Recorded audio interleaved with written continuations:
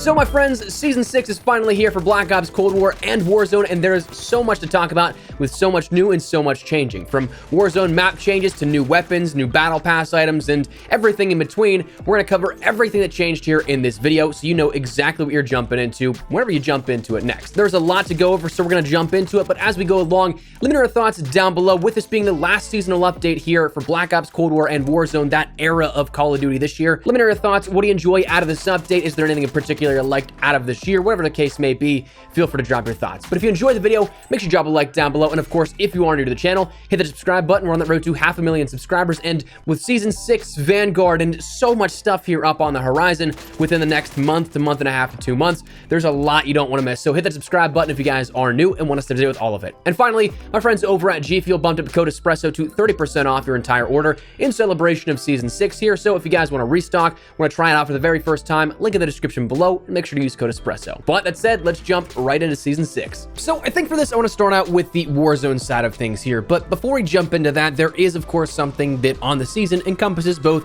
Warzone and Black Ops Cold War, that being the brand new Battle Pass. For this, you of course, as with every other season, have the option to play with it either free, where you get some of the tiers, buy into it, where you get all the tiers, or you can get that Battle Pass bundle, where you get access to the tiers plus 20 tier skips. Now, included with this Battle Pass are things like Mason as that instant unlock operator, the 410 Ironhide at tier 15, the Grav at tier 31, various blueprints throughout the entirety of it, and a whole 100 tiers to grind out and get rewards for the entirety of the season. So that's pretty standard when it comes to a brand new seasonal changeover. Don't want to really spend too much time on that, but before we move on, I don't bring this up often, but with the start of a new season, if you'd like to support the channel a little further and plan on picking up any of the items like the Battle Pass access or even the bundle associated with it, if you plan on picking up any new shop items, maybe consider using code Espresso in the support a creator function of the shop.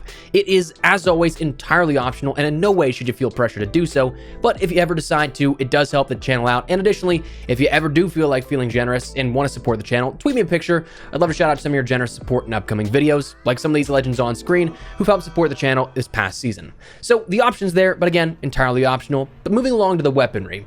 This will have some more detailed breakdowns here in the near future and loadout builds and such for this over the course of the next day or so, but the Grav, that is available at tier 31. That's your Galil. I'm really looking forward to this one. I think it has a lot of potential, but again, until more hands-on time is granted, it's really hard to tell. And the 410 Ironhide, that's a shotgun, lever action. Not my favorite type of weapon, but definitely curious to see how this plays out in Cold War and if it could affect the meta within Warzone. But jumping over to Warzone specific things here at this, I want to talk about firstly some technical changes. We just talked about new weapons, but existing weapons actually did have some weapon tuning here to it, though perhaps not as much as you'd imagine. The C58 from Black Ops Cold War had its recoil increased, the EM2 from Black Ops Cold War as well, last season's rifle introduction, that had its recoil increased also. It didn't really give any definitives here on by how much for both those weapons, but just that they were increased. The MG82 had a handful of things done here to it. It had some gun kick increase, it had a recoil increase, it had a reload interrupt time increase, and a raise interrupt time increase. The LMG Alpha, or the Stoner from Black Ops Cold War, had its gun kick increased and also its recoil increased. Those are the only things though for the weapon tuning at a fundamental level, so a lot of stuff still really went untouched. Things like your AK-47 probably still going to reign supreme here in the overall meta. The SMGs like the OTS-9 and the MAC-10 still have a place here, though we will talk about the OTS having a couple of things specifically done to it, but we did get some attachment changes here at this. For the attachments, the Tiger Team Spotlight across the board had its movement speed multiplier decreased from 3.2% down to 3%. The ADS movement speed multiplier was also decreased from 3.2 to 3%. So minimal adjustments here to it, but slight nerfs to the Tiger Team Spotlight across the board.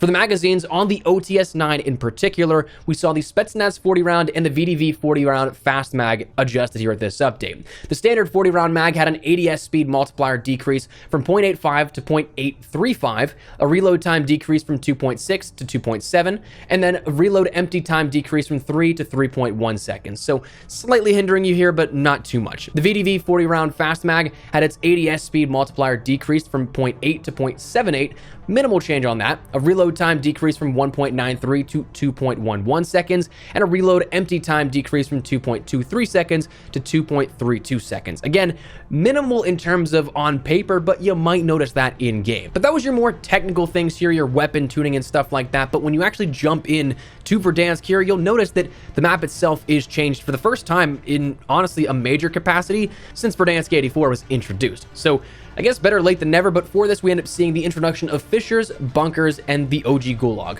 The fissures here, those are cracks and alterations to the lay of the land. You see these a lot in downtown and stadium, with those biggest ones ripping through stadium and then the downtown areas near that sort of outlying rotunda.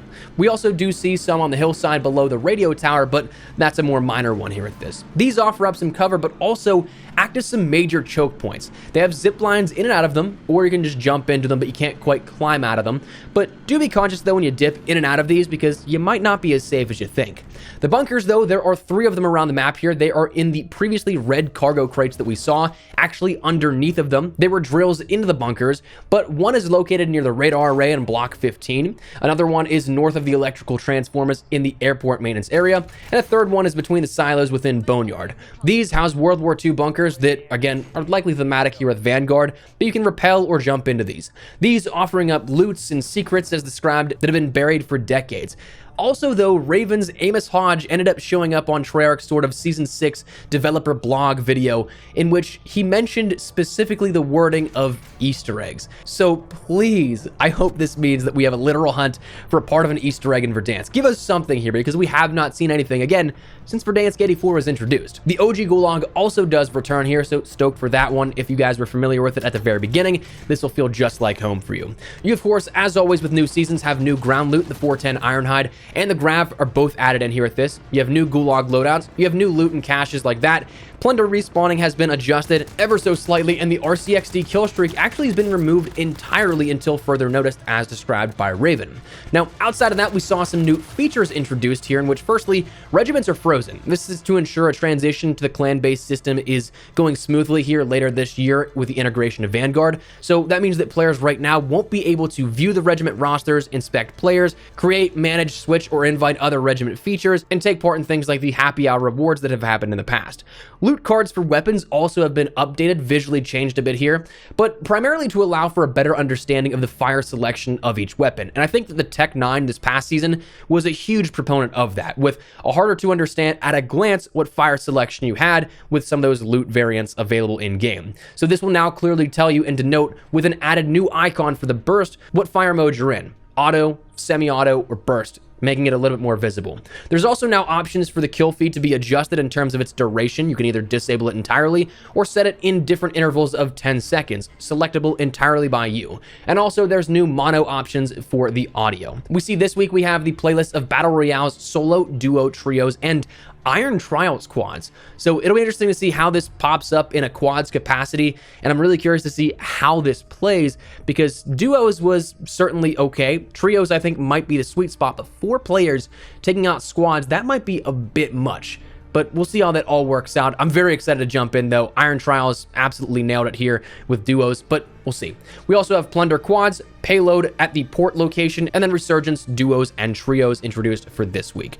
Now, that's the Warzone side of things here at this, but also being that Season 6 has launched, that means we end up getting the brand new maps of Deprogram, America, and Gluboko in Black Ops Cold War. And this is where we're going to shift over to the Black Ops Cold War side of things here. So those 3 maps all playable right now here at this. Very excited to jump in and check these out here. Honestly, from what we saw beforehand, they looked incredibly awesome, so very much so excited. We, of course, have the brand new operator of Mason, but one of the big key focal points here for Season 6 with Black Ops Cold War content is zombies. In terms of the zombies content, admittedly, I haven't jumped into the new map of Forsaken, but I'm excited to jump into it here over the course of the next couple of days. For those that will jump into it, of course, you'll see the conclusion of the Dark Ether story within Black Ops Cold War that will be examined and continued on here within Call of Duty Vanguard with this next year as well. But for the time being, again, this is the closeout here with it, and I'm excited excited to see where it goes. But on top of the map itself, you have a couple of new things, including PhD slider making a return here at this. PhD being a fan favorite from way back in the day, but this time built out for the mechanics of Black Ops Cold War.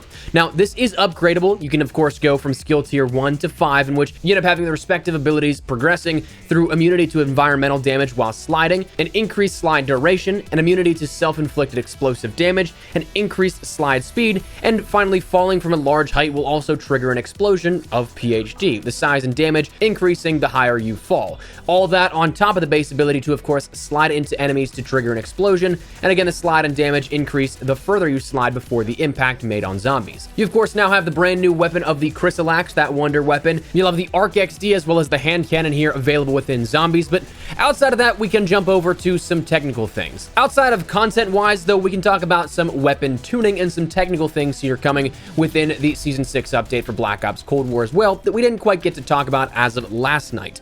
But for this, we end up seeing assault rifles, SMGs, pistols, and some shotguns and specials changed in a little bit of a capacity. These changes in particular are not for Warzone, they're only for Black Ops Cold War. We've already mentioned the Warzone specific changes, so just know that these, again, only apply to Black Ops Cold War. For the assault rifles, we see the EM2 had a reduction in its maximum damage from 48 to 42, with an increased vertical recoil on the first bullet fired. Additionally, it removed 7% of the fire rate penalty from the 25.8-inch task force barrel and increased the horizontal recoil penalty on the 25.8-inch task force barrel from 15% to 25%.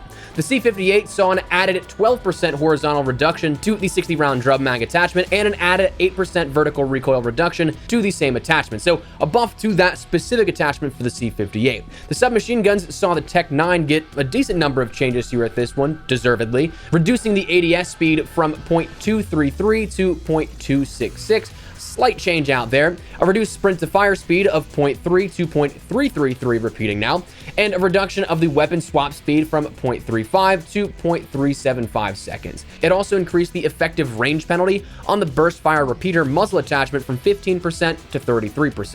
Now, the KSP-45 saw a reduction in the headshot multiplier from 1.5 to 1.33 and increased the damage on the 10.5-inch task force barrel to 8%. Now, the LC-10, rounding out the SMGs, only saw a reduction in the headshot multiplier from 1.4 to 1.33.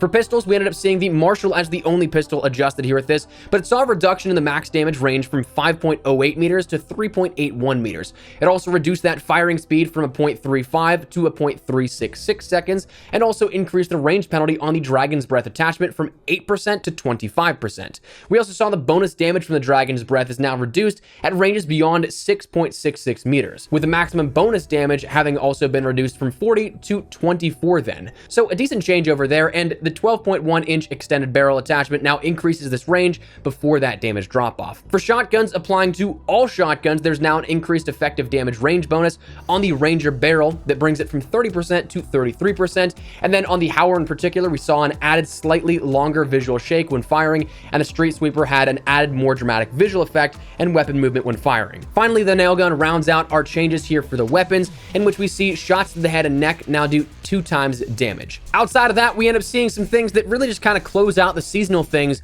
in which we have a new seasonal challenge set for both MP as well as zombies. We, of course, also have brand new ranks. Your rank should have reset here with this, with the ability now to grind out 4 additional prestiges. If you didn't hit Master Prestige this past season, it will then restart that prestige you are working towards, and then you'll be able to get whatever you end up having left, plus the 4 added later down the line. You'll just have to hit a couple of more checkpoints each 50 levels at that point. Now, as of tomorrow, we will end up seeing that there is a double XP and a double weapon XP weekend kicking off for the celebration of Season 6. So if you guys want to grind out those new weapons here, or whatever the case may be, it's a great opportunity to do so. You can take some time this weekend and grind out in either Black Ops Cold War or Warzone. So it's going to be a busy weekend here at this. Of course, we are going to keep you up to date with absolutely everything you need to know in regards to loadout videos, weapon recommendations, Easter eggs, all that good stuff. So make sure you stick it here on the channel, but that's where we're going to wrap it up for the time being. I'd love to get your thoughts and feedback down below in the comments. Are you guys liking Season 6's launch so far? Maybe not so much. What's your favorite part? Least favorite part? feel free to drop it down below. But if you enjoyed the video, do me a favor and drop a like on the video. And of course, if you are new to the channel, hit that subscribe button so you don't miss a single thing regarding all things Warzone, Vanguard, Black Ops Cold War here in Season 6, everything COD related, we got you covered. So if you're interested in any of that, hit the subscribe button. If you also want to follow me over on Twitter and Instagram, those are the best places to chat with me outside of YouTube. So if you guys want to strike up a conversation, ask me a question, whatever the case may be, links down there in the description below. That said, thanks so much for watching. My name is Espresso. I'll see you guys later. Take care and peace.